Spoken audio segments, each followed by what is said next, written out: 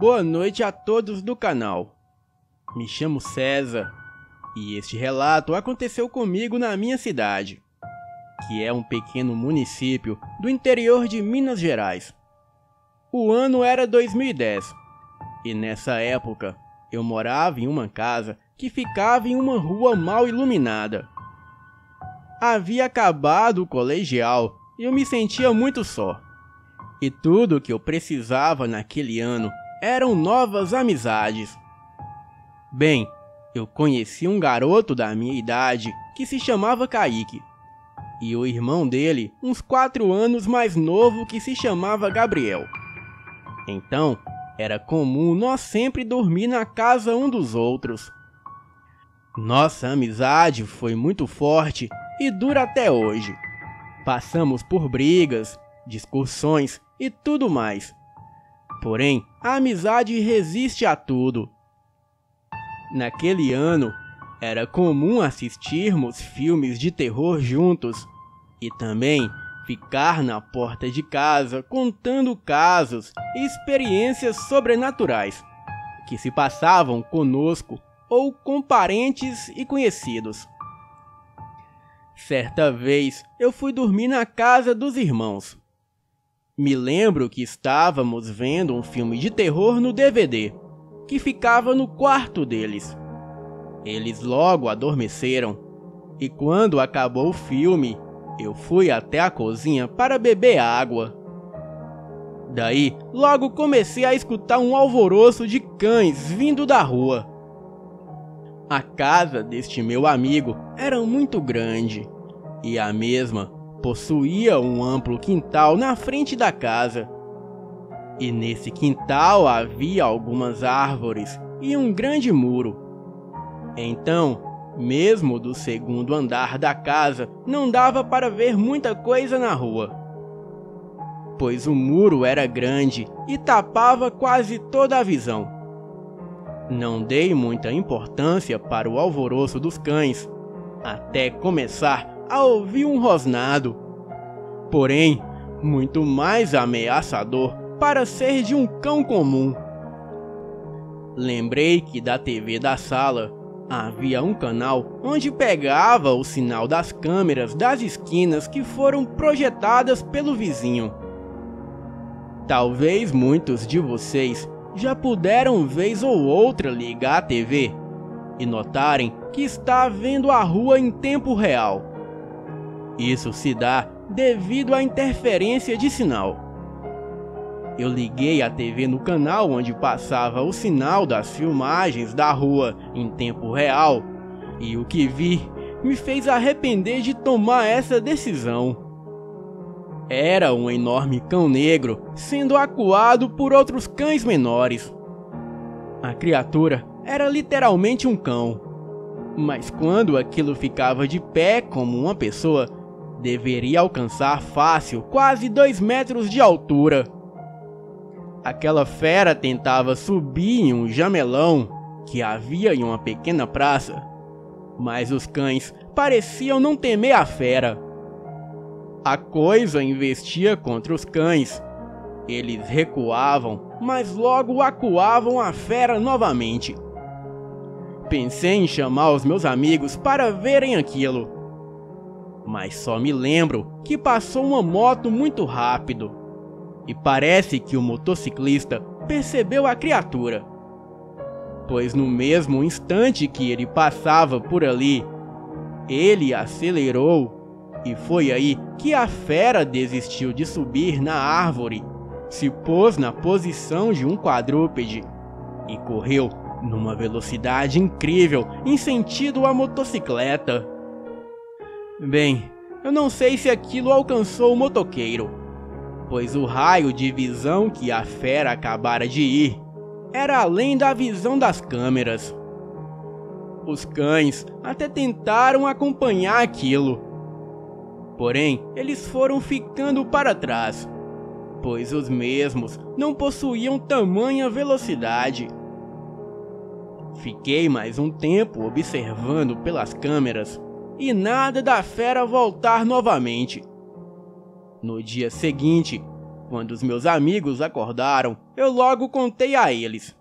E eles não acreditaram muito. Então, os chamei para ver se encontrávamos alguma pista do suposto lobisomem, mas não encontramos nada.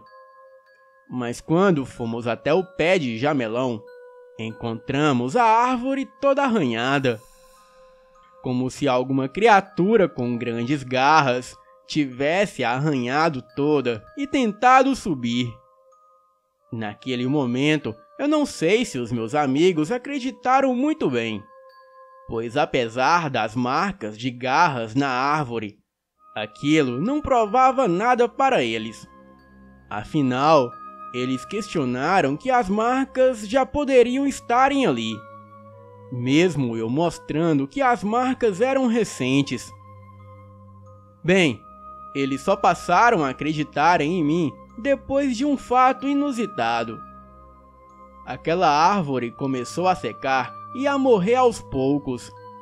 E em menos de um ano, a árvore estava somente o tronco, sem folhas e com os galhos totalmente secos. Este fato me intriga até hoje. Afinal, será que nas garras do lobisomem há alguma substância tóxica que fez até mesmo a árvore morrer? Ou talvez a morte da árvore não tenha nada a ver com este fato. Bem, mas se as garras daquela criatura foi capaz de matar uma árvore, imagine então o que não faria com uma pessoa. Boa noite.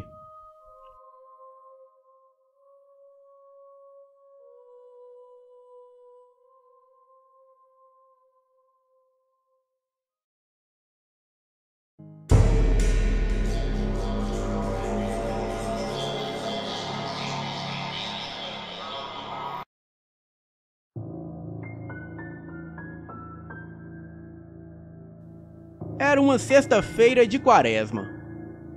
E meu avô, como não acreditava tanto no sobrenatural, ele não seguia as crenças dos populares e familiares. Então a sua mãe, uma vez disse a ele: Antônio, tu não vai trabalhar hoje porque hoje é dia de quaresma. E tu chega muito tarde andando por essas estradas sozinho à noite. Há relatos de uma coisa feia rondando essas estradas. O meu avô era um cara valente e ele trabalhava fazendo sapatos de couro em uma barraquinha feita dentro de um terreno que o pai dele tinha dado a ele antes de morrer. A barraquinha ficava bem afastado da cidade e ele, por gostar de ficar sozinho, gostava muito daquele lugar. O meu avô era descrente, porém sempre andava com uma faca pequena. Essa faca é chamada aqui na nossa cidade de coboca. É uma faca muito amolada. O meu avô foi para o barraco trabalhar, mesmo depois dos avisos da mãe. Chegando lá, ele fez os seus serviços em couro com a sua faca coboca. E foi passando o tempo.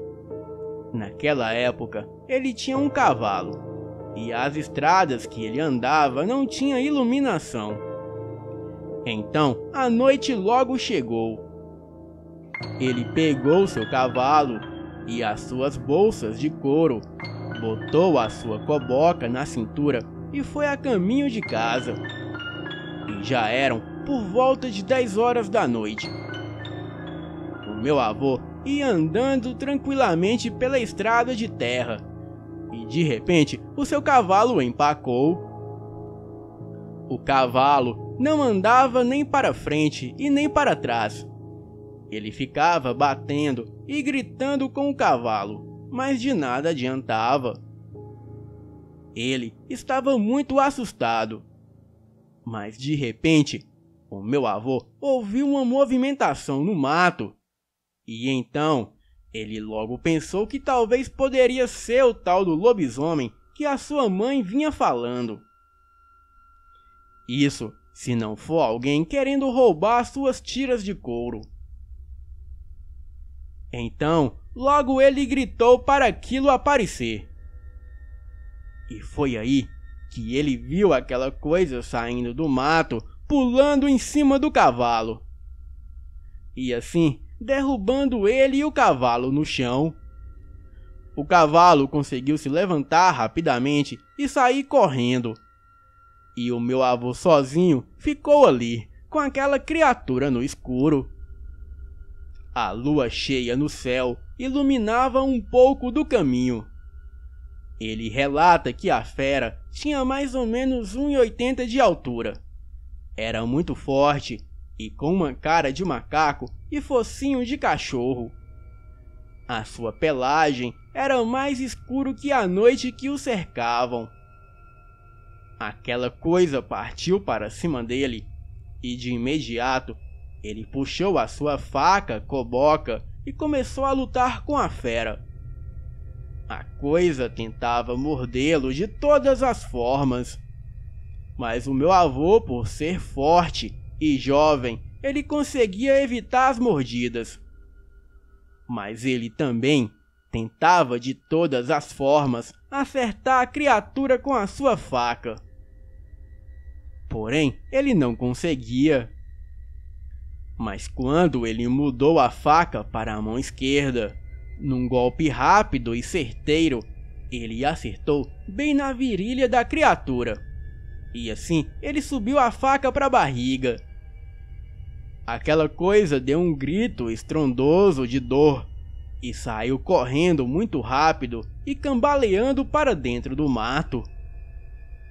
O meu avô, muito assustado e cansado, levantou e tentou seguir o rastro de sangue para terminar o que começou, pois ele era um homem muito vingativo e ninguém puxava briga com ele e saía impune. Ele mesmo, com muito medo, seguiu aquela trilha que o bicho tinha deixado, porém ele não o encontrou. Ele foi andando pela estrada e conseguiu encontrar o seu cavalo, que já estava mais tranquilo. E assim, ele foi para sua casa. Chegando lá, ele falou tudo o que aconteceu para sua mãe. E ela ficou muito preocupada com seu estado. Ele estava cheio de marcas e arranhões pelo corpo todo. E ela disse para o meu avô nunca mais duvidar do sobrenatural. Em seguida, eles esqueceram este assunto e foram dormir. Enfim, os dias se passaram e o meu avô foi tomar uma cachaça em um bar no município onde morava. E chegando lá, ele ficou sabendo que tinha um rapaz muito conhecido dele que estava doente. Disseram que ele tinha levado uma facada na virilha. Então meu avô ligou a história e foi de imediato ver o seu conhecido. Chegando na casa dele, o meu avô viu que tinha muita gente. Então ele pediu licença a todos para ficar a sós com o rapaz, e todos saíram. Ele puxou a faca e mediu no mesmo lugar onde furou o lobisomem na noite anterior. Olhou para a cara do seu colega e logo falou: "Então era você que tentou me matar ontem à noite, né? Olha, eu só não te mato aqui e agora por respeito à sua irmã. Mas eu quero que você desapareça daqui, porque senão eu conto seu segredo a todos aqui. E em seguida eu mesmo te mato, seja de noite ou de dia."